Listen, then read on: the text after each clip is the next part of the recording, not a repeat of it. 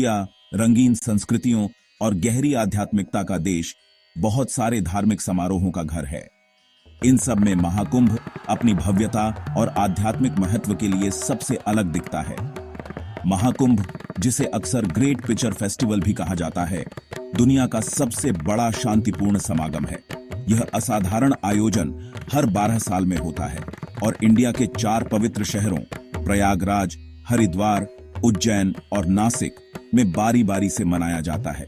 महाकुंभ सिर्फ एक त्योहार नहीं है, यह आस्था, भक्ति और आध्यात्मिक मुक्ति की तलाश का प्रतीक है। दुनिया भर से लाखों श्रद्धालु इस महत्वपूर्ण अवसर में भाग लेने के लिए पवित्र नदी पर आते हैं। महाकुंभ की उत्पत्ति प्राचीन हिंदू पौराणिक कथाओं में छिपी हुई है, जिसमें देवताओं और राक्षसों द्वारा अमृत के लिए लड़ाई की कहानियां हैं। माना जाता है कि इस अमृत की बूंदें जिससे इन नदियों को असाधारण आध्यात्मिक शक्ति मिलती है। महाकुंभ का मुख्य आकर्षण शाही स्नान के रूप में जाने वाले शुभ स्नान तिथियों की श्रृंखला है। इन निश्चित दिनों में तीर्थयात्रियों का मानना है कि पवित्र जल में एक साधारण डुबकी उन्हें उनके पापों से मुक्त कर सकती है और आध्यात्मिक ज्ञान का मार्ग प्रशस्त कर सकती है। महाकुंभ के दौरान वातावरण भक्तिमय होता है। हवा में जाप, प्रार्थना और अगरबत्ती की खुशबू होती है। यह सभा धार्मिक सीमाओं से परे है, जीवन के सभी क्षेत्रों के लोगों को आकर्षित करती है। प्रत्येक व्यक्ति ईश्वर से जुड़ाव और खुद को गहराई से समझने की तलाश में है। वर्ष 2025 में पवित्र नदियां गंगा, यमुना और पौराणिक सरस्वती के संगम पर स्थित पवित्र शहर प्रयागराज ने महाकुंभ की मेजबानी की। प्रयागराज, जिसे इलाहाबाद के नाम से भी जाना जाता है, हिंदू पौराणिक कथाओं में बहुत महत्व रखता है और इसे आध्यात्मिक मुक्ति का द्वार माना जाता है। जब दुनिया भर से लाखों तीर्थयात्री इसके पवित्र मैदान में उतरे, तो शहर की हवा प्रत्याशा से गूंज उठी। 13 जनवरी को शुरू हुआ और 26 फरवरी को समाप्त हुआ महाकुंभ 2025। अनुमानित 40 करोड़ श्रद्धालुओं को आकर्षित किया, जो एक अभूतपूर्व संख्या थी और आस्था की स्थायी शक्ति को रेखांकित करती है। इस विशाल आयोजन की तैयारी में शहर में एक उल्लेखनीय बदलाव आया। गंगा नदी के किनारे आधुनिक सुविधाओं से लैस विशाल टेंट सिटी का निर्माण किया गया, जो प्रयागराज आने वाले लाखों लोगों को आश्रय और आराम प्रदान करते थे। अधिकारियों ने कई संगठनों के सहयोग से आयोजन के सुचारू संचालन को सुनिश्चित करने के लिए अथक प्रयास किया। तीर्थयात्रियों की भारी आमद को समायोजित करने के लिए जटिल यातायात प्रबंधन प्रणालियां स्थापित की गईं, चिकित्सा सुविधाएं स्थापित की गईं और सुरक्षा उपाय बढ़ाए गए। महाकुंभ 2025 न केवल लाखों लोगों की आध्यात्मिक भक्ति का प्रमाण था, बल्कि मानवीय सहयोग और संगठनात्मक कौशल का भी एक उल्लेखनीय प्रदर्शन था। शाही स्नान महाकुंभ का केंद्र बिंदु है, जो लाखों लोगों को अपने पापों की धार्मिक सफाई और आध्यात्मिक मुक्ति के करीब एक कदम के लिए पवित्र नदियों में खींचता है। ये शुभ स्नान तिथियां आकाशीय संरेखण के अनुसार निर्धारित की जाती हैं और हिंदुओं के लिए बहुत धार्मिक महत्व रखती हैं। महाकुंभ 2025 का पहला शाही स्नान 14 जनवरी को मकर संक्रांति के त्योहार के साथ हुआ, जिस दिन सूर्य अपनी उत्तर की ओर यात्रा शुरू करता है। शाही स्नान का माहौल अद्भुत होता है। जैसे ही सूर्य उदय होता है, इकट्ठा हुए जनसमूह पर एक सुनहरी चमक बिखेरता है। प्रत्याशा की एक सामूहिक भावना हवा में भर जाती है। नागा साधु राख में सजे और त्रिशूल लिए हुए जुलूस का नेतृत्व करते हुए नदी की ओर बढ़ते हैं। उनके मंत्र भीड़ में गूंजते हैं। जैसे जैसे लाखों लोग पवित्र जल में डुबकी लगाते हैं, हवा अगरबत्ती की सुगंध और भक्ति गीतों की ध्वनि से भर जाती है। प्रत्येक शाही स्नान एक विशिष्ट ज्योतिषीय विन्यास से जुड़ा होता है। माना जाता है कि यह नदी की आध्यात्मिक शक्ति को बढ़ाता है। उदाहरण के लिए 29 जनवरी को मौनी अमावस्या को सबसे बड़ी सभाओं में से एक देखने को मिली, जिसमें लाखों लोगों ने ज्योतिषीय रूप से शुभ अवधि के दौरान गंगा में डुबकी लगाई। अन्य महत्वपूर्ण स्नान तिथियों में 3 फरवरी को मनाया जाने वाला बसंत पंचमी और 12 फरवरी को माघी पूर्णिमा शामिल है, जिनमें से प्रत्येक का अपना अनूठा धार्मिक महत्व है। इन शुभ समयों के दौरान स्नान करने से पाप धुल जाते हैं, आत्मा शुद्ध होती है और व्यक्ति जन्म और मृत्यु के चक्र से अंतिम मुक्ति मोक्ष के करीब पहुंचता है। महाकुंभ 2025 में आने वाले तीर्थयात्रियों की अभूतपूर्व संख्या को समायोजित करने के लिए प्रयागराज शहर में एक उल्लेखनीय परिवर्तन आया। एक विशाल टेंट सिटी जो एक विशाल विस्तार में फैली हुई है, गंगा के तट पर उभरी, जो लाखों लोगों को आश्रय और आराम प्रदान करती है।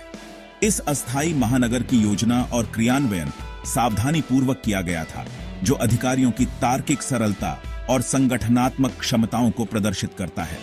टेंट सिटी ने विविध आवश्यकताओं और बजट के अनुरूप कई तरह के आवास प्रदान किए, जिनमें बुनियादी टेंट से लेकर आधुनिक सुविधाओं से सुसज्जित शानदार वातानुकूलित कैंप शामिल हैं।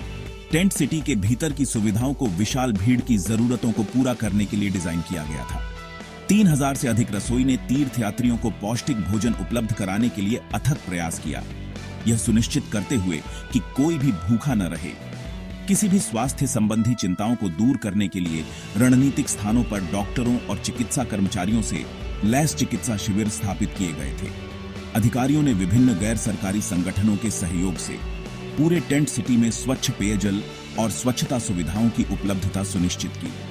अच्छी तरह से रोशनी वाले रास्ते, सुरक्षाकर्मी और तीर्थयात्रियों का मार्गदर्शन करने वाले स्वयंसेवकों ने एक सुरक्षित वातावरण में योगदान दिया।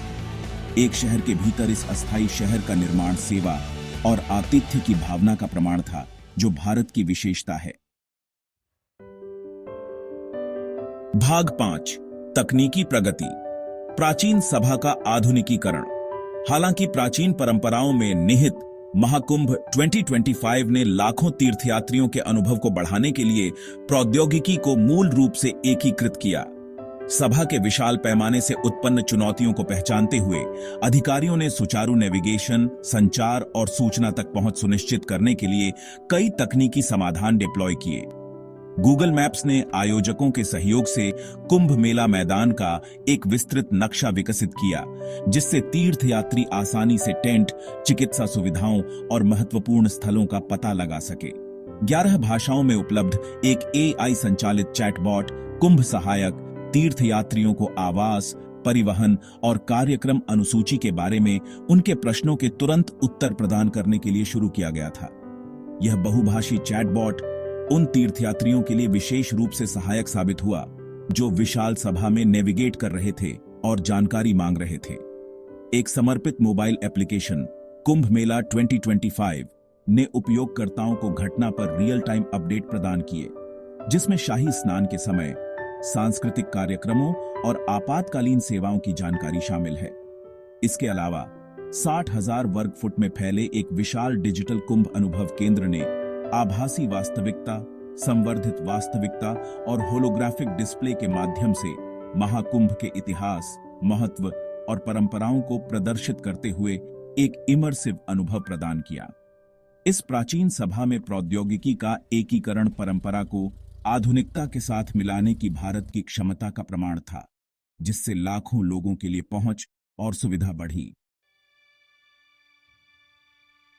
भव्यता के बीच हमेशा अप्रत्याशित चुनौतियां होती हैं, फिर भी महाकुंभ की भावना फलती फूलती है। यह लचीलापन और एकता का प्रमाण है, जहां हर बाधा का सामना अटूट विश्वास और सामूहिक प्रयास से किया जाता है। महाकुंभ सिर्फ एक सभा नहीं है, यह विरासत का जीवंत उत्सव है। प्रत्येक अनुष्ठान, गीत और नृत्य के साथ भारतीय संस्कृति की समृद्ध टेपेस्ट्री को जीवंत किया जाता है।